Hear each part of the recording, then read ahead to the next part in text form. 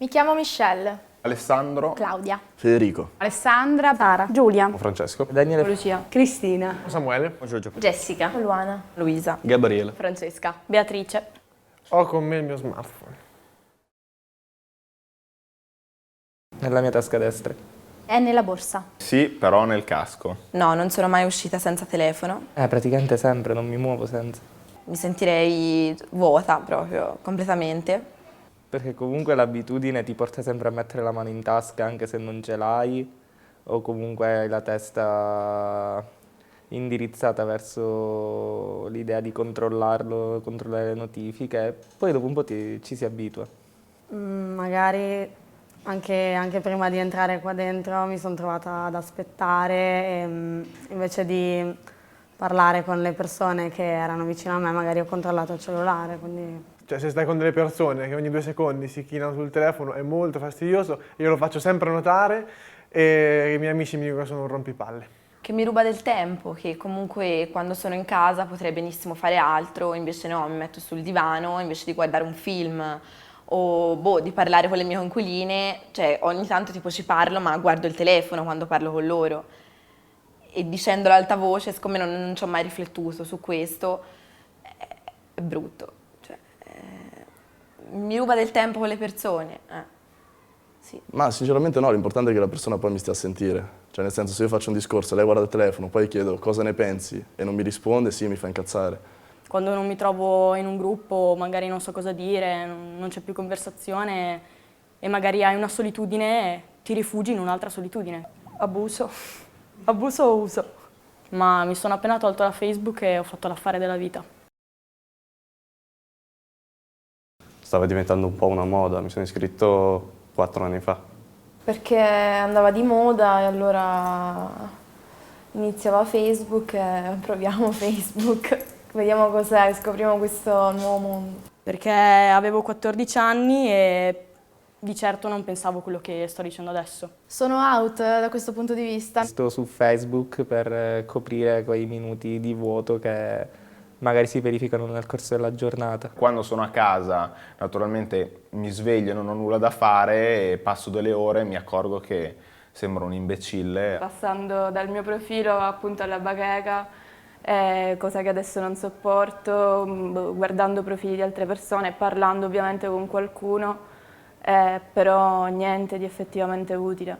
Facebook è un palcoscenico, quindi comunque anche l'immagine sociale che uno dà, la web reputation, ha oggigiorno un certo valore per le persone. Per me non è un palcoscenico reale, ma appunto fittizio. È un qualcosa che non esiste.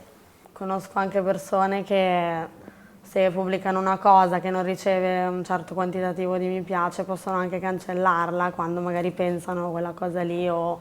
Pubblico una canzone e nessuno mi mette mi piace e io perché la elimino? Non lo so. Non lo so, cioè non saprei rispondere. Ho ad esempio avuto spesso la paura che qualche stato non fosse condiviso dalle persone che avevo come amici e la paura di un modo diverso di pensare me l'ha fatto eliminare. Di determinate cose che vedo su Facebook non trovo riscontro poi nella realtà. Ultimamente ho cancellato 300 persone su Facebook perché non mi salutavano per strada. Ma ogni persona è cosciente di ciò che mette nel proprio profilo. Cioè è un po' una cosa che ti aiuta a tenerti in società, però poi in società ci devi andare. No, non lo vedo come uno specchio, perché fondamentalmente cioè io lo vedo come uno strumento, più che altro, non un modo per rappresentare se stessi in un'altra dimensione, in un altro mondo. Penso che a me fa piacere condividere comunque queste foto in modo che comunque la gente veda un po' anche questa parte di me. Secondo me Facebook lo usi proprio te di tua spontanea volontà, metti quello che ti pare a te e sei libero di dire quello che ti pare, se qualcosa non la vuoi dire non la dici. Ma non è che mentono, è che cercano di dare la immagine di sé che gli piace, che è una cosa assolutamente normale. Infatti molta gente magari dal di fuori è più timida, più riservata, poi su Facebook sembra la persona più estroversa del mondo. Passo per la strada, vado in un bar e tutti sanno il mio nome, ok? Il mio nome non è che un inizio di quello che sono, non è niente. Sanno che foto ho postato, sanno cosa ho voluto scrivere su Facebook, ma non sanno chi sono. Io non ho assolutamente voglia che le persone pensino chi sono, voglio che lo sappiano. Interiormente non ti conosce nessuno. Dei 1000 amici che ho io già ne conosco 500, non lo so. E molte volte si richiede l'amicizia giusto così per richiederla, non perché ci sia un motivo vero e proprio. Non sono una che si mette lì a pubblicare ogni volta che succede qualcosa nella mia vita, per pubblicare lo stato giusto per farlo sapere agli amici miei.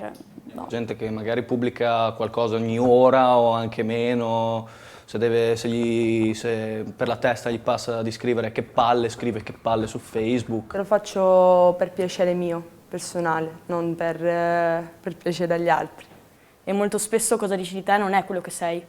Molto spesso quello che sei è molto più interiore e esternarlo è difficile. Ci sono sempre su Facebook, senza quello mi rendo conto tipo sono stato un giorno senza il telefono, stavo male, cioè, mamma mia. Cioè magari puoi tenerti in contatto con persone lontane, ok, ma chi è che lo usa? Chi è che lo usa davvero per tenersi in contatto con persone normali e lontane, scusa? Cioè nessuno. La curiosità di Facebook è nei primi 3 minuti, gli altri minuti che passano sono inutili. Ci ho provato l'anno scorso, mi sono tolta da Facebook per un mese, ma dopo un mese comunque è il social network che chiama me, Luisa ritorna su Facebook. Non mi sento dipendente, so di esserlo, quindi è una consapevolezza vera e propria. Penso che magari i 12enni o i 13enni, insomma i nativi digitali, lo vedono più come qualcosa di naturale. Questa cosa in qualche modo apporta delle effettive modifiche al loro modo di vedere la realtà e concepire appunto determinate cose come l'amicizia. Però c'è quasi quest'atto compulsivo che uno ha di dire mi piace questo e quindi sono questo. Io so che valgo indipendentemente da Facebook, però è una sicurezza, cioè sì, una sicurezza. È quasi un controllo della situazione certe volte, vedere un po' cosa fa quello, cosa fa quell'altro, sentirmi anche un po' al centro dell'attenzione con delle cose che pubblico. Secondo me un po' isola e non solo un po', ma moltissimo.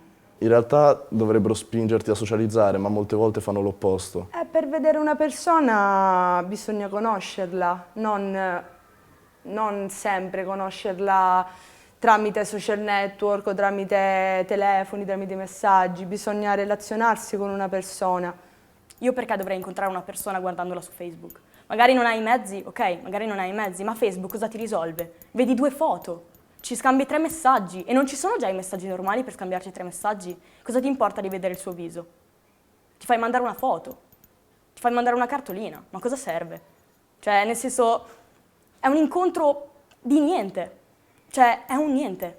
E dietro uno schermo, appunto, ci nasconde e si sente protetto. Cioè, penso di sì. Tutti potrebbero stare senza Facebook. Sinceramente, per me si potrebbe stare molto meglio senza. Quindi so che oramai è diventato un'abitudine giornaliera entrarci, controllare quello che fanno anche gli altri e quindi ora come ora non riuscirei a farne a meno. È una delle prime volte in cui ammetto di essere schiava del social.